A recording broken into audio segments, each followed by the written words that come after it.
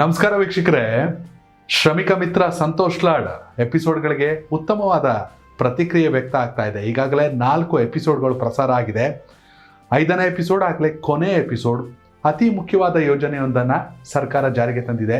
ಅದಕ್ಕಿಂತ ಮುಂಚೆ 4ನೇ ಎಪಿಸೋಡನ್ನು ರೀಕ್ಯಾಪ್ ಮಾಡೋದಾದರೆ, ಅಂಬೇಡ್ಕರ್ ಕಾರ್ಮಿಕ ಸಹಾಯ ಹಸ್ತ ಯೋಜನೆ, ಹಾಗೆಯೇ ಗಿಗ್ ಕಾರ್ಮಿಕರ ವಿಮಾ ಯೋಜನೆ, ಜೊತೆಗೆ ವಾಣಿಜ್ಯ ಸಾರಿಗೆ ನೌಕರರ ವಿಮಾ ಯೋಜನೆ ಆಗಿರ್ಬೋದು, ಎಲ್ಲಕ್ಕಿಂತ ಹೆಚ್ಚಾಗಿ ಪತ್ರಿಕಾ ಮಿತ್ರರು ಅಂದರೆ ಪತ್ರಿಕೆಗಳನ್ನು ಹಾಕುವಂಥವರ ಒಂದು ಸೇಫ್ಟಿ ಪರ್ಪಸ್ ಇರುವಂಥ ವಿಮಾ ಯೋಜನೆ ಆಗಿರ್ಬೋದು, ಹಾಗೆಯೇ ಸಿನಿಮಾ ಮತ್ತು ಸಾಂಸ್ಕೃತಿಕ ಕಾರ್ಯಕರ್ತರ ಕಲ್ಯಾಣ ಮಸೂದೆ ಬಗ್ಗೆ ತಿಳ್ಕೊಂಡ್ರಿ. ಇದೀಗ ಅಂತಿಮ ಎಪಿಸೋಡ್ನಲ್ಲಿ ಕಾರ್ಮಿಕ ಇಲಾಖೆ ಸಂತೋಷ್ ಲಾಡ್ ಅವರ ಆಶಯದಂತೆ ಜಾರಿಗೆ ತಂದಿರುವಂಥ ಆಶಾದೀಪ ಯೋಜನೆಯ ವಿಶೇಷತೆಗಳೇನು?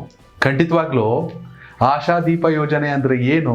ಪ್ರತಿಯೊಬ್ಬ ಕಾರ್ಮಿಕರು ಇದನ್ನ ನೋಡಿ ತಿಳಿದುಕೊಳ್ಳಲೇಬೇಕಾಗಿರುವಂತಹ ಸ್ಟೋರಿ ಇದು. ಋತುಚಕ್ರ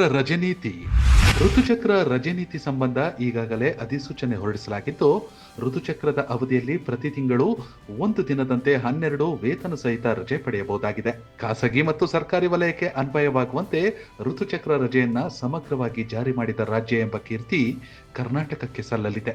ಋತುಚಕ್ರ ರಜೆ ನೀತಿ 2025ರ ಪ್ರಕಾರ ಖಾಸಗಿ ಸಂಸ್ಥೆಗಳು ಸೇರಿದಂತೆ ಎಲ್ಲಾ ಕ್ಷೇತ್ರಗಳ ಮಹಿಳೆಯರಿಗೆ ಕಡ್ಡಾಯವಾಗಿ ಅನ್ವಯವಾಗಲಿದೆ. ರಜೆ ಪಡೆಯಲು ಯಾವುದೇ ವೈದ್ಯಕೀಯ ಪತ್ರದ ಅಗತ್ಯವಿರೋಲ್ಲ. ತಿಂಗಳ ಮುಟ್ಟಿನ ರಜೆಯನ್ನ ಆಯಾ ತಿಂಗಳಿಗೆ ಪಡೆಯಬೇಕಾಗಿದ್ದು, ಮುಂದಿನ ತಿಂಗಳಿಗೆ ವರ್ಗಾವಣೆ ಮಾಡುವಂತಿಲ್ಲ. ಕಾರ್ಮಿಕ ಸಚಿವರಾದ ಸಂತೋಷ್ ಲಾಡ್ ಅವರು ತಮ್ಮ ಇಲಾಖೆಯ ಮೂಲಕ ಮಹಿಳಾ ಸಬಲೀಕರಣದ ಜೊತೆಗೆ ಅವರ ರಕ್ಷಣೆ, ಸುರಕ್ಷತೆ, ಗೌರವವನ್ನು ಸಹ ಕಾಪಾಡಲು ದೃಢ ಹೆಜ್ಜೆ ಇರಿಸಿರುವುದು ವ್ಯಾಪಕ ಶ್ಲಾಘನೆಗೆ ಪಾತ್ರವಾಗುತ್ತಿದೆ. ಶಿಕ್ಷಣ, ಖಾಸಗಿ ಉದ್ಯೋಗದಲ್ಲಿ ಅಂಗವಿಕಲರಿಗೆ ಮೀಸಲಾತಿ. ಕಾರ್ಮಿಕರ ರಚನಾತ್ಮಕ ಸಬಲೀಕರಣವನ್ನ ಆದ್ಯತೆಯಾಗಿಸಿಕೊಂಡಿರುವ ಕರ್ನಾಟಕ ಸರ್ಕಾರದ ಕಾರ್ಮಿಕ ಇಲಾಖೆ ಇದೀಗ ವಿಶೇಷ ಚೇತನರಿಗೆ ಶಕ್ತಿ ತುಂಬಲು ಮುಂದಾಗಿದೆ. ವಿಶೇಷ ಚೇತನರು ಮುಖ್ಯವಾಹಿನಿಯಲ್ಲಿ ಇನ್ನಷ್ಟು ಆತ್ಮವಿಶ್ವಾಸದಿಂದ ಹೆಚ್ಚಿನ ಸಂಖ್ಯೆಯಲ್ಲಿ ಪಾಲ್ಗೊಂಡು ಸಮರ್ಥವಾಗಿ ಮುನ್ನಡೆಯಬೇಕೆಂಬ ಮಹತ್ವದ ಗುರಿಯೊಂದಿಗೆ ಶಿಕ್ಷಣ ಮತ್ತು ಖಾಸಗಿ ವಲಯದ ಉದ್ಯೋಗದಲ್ಲಿ ಮೀಸಲಾತಿಯನ್ನು ಒದಗಿಸುವ ಮಸೂದೆಯನ್ನು ಸಿದ್ಧಪಡಿಸಲಾಗುತ್ತಿದೆ. ಕೇಂದ್ರದ ವಿಶೇಷ ಚೇತನರ ಹಕ್ಕು ಕಾಯ್ದೆ 2016ರ ಮಾನದಂಡದ ಪ್ರಕಾರ ಕನಿಷ್ಠ 4% ಮೀಸಲಾತಿಯ ಅಗತ್ಯವಿದೆ. ಇದರ ಪ್ರಕಾರ ರಾಜ್ಯದ ಪ್ರಸ್ತಾವಿತ ಮಸೂದೆಯಲ್ಲಿ ಖಾಸಗಿ ವಲಯದ ಉದ್ಯೋಗ ಕ್ಷೇತ್ರದಲ್ಲಿ ಕನಿಷ್ಠ 5% ಮತ್ತು ಶಿಕ್ಷಣ ಕ್ಷೇತ್ರದಲ್ಲಿ ಸರ್ಕಾರಿ ಉನ್ನತ ಶಿಕ್ಷಣ ಮತ್ತು ಖಾಸಗಿ ಸಂಸ್ಥೆಗಳಲ್ಲಿ 10% ಮೀಸಲಾತಿಯನ್ನ ಕಡ್ಡಾಯಗೊಳಿಸಲಾಗಿದೆ.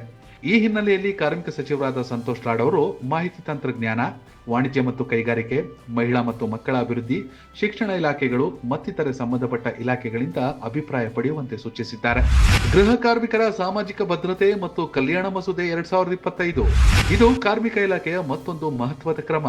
ಗೃಹ ಕಾರ್ಮಿಕರು ಹೆಚ್ಚಿನವರು ಮಹಿಳೆಯರೇ ಆಗಿದ್ದು, ಅವರ ಕಲ್ಯಾಣ ಮತ್ತು ಭದ್ರತೆಯ ದೃಷ್ಟಿಯಿಂದ ಈ ಮಸೂದೆ ಮಹತ್ವದ ಪಾತ್ರ ವಹಿಸಲಿದೆ.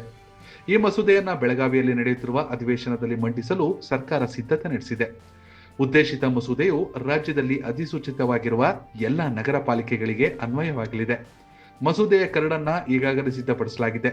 ಮಸೂದೆಯ ಬಗ್ಗೆ ಮನೆ ಕೆಲಸದವರ ಸಂಘಟನೆಗಳ ಒಕ್ಕೂಟದೊಂದಿಗೆ ಕಾರ್ಮಿಕ ಸಚಿವ ಸಂತೋಷ್ ಲಾಡ್ ಅವರು ಈಗಾಗಲೇ ಚರ್ಚೆ ನಡೆಸಿದ್ದಾರೆ. ಮಸೂದೆಯನ್ನ ರಾಜ್ಯ ಪತ್ರದಲ್ಲಿ ಪ್ರಕಟಿಸಲಾಗಿದ್ದು, ಇಡೀ ದೇಶಕ್ಕೆ ಕರ್ನಾಟಕ ಮಾದರಿಯಾಗಲಿದೆ. ಕಾರ್ಮಿಕ ಸಚಿವರಾದ ಸಂತೋಷ್ ಲಾಡ್ ಅವರು ಅಸಂಘಟಿತ ವರ್ಗದ ಕಾರ್ಮಿಕರಿಗೆ ಅನುಕೂಲವಾಗುವ ನಿಟ್ಟಿನಲ್ಲಿ ಈಗಾಗಲೇ ಹಲವಾರು ಸೌಲಭ್ಯಗಳನ್ನು ಜಾರಿ ಮಾಡುವಲ್ಲಿ ಮಹತ್ವದ ಪಾತ್ರ ವಹಿಸಿದ್ದಾರೆ.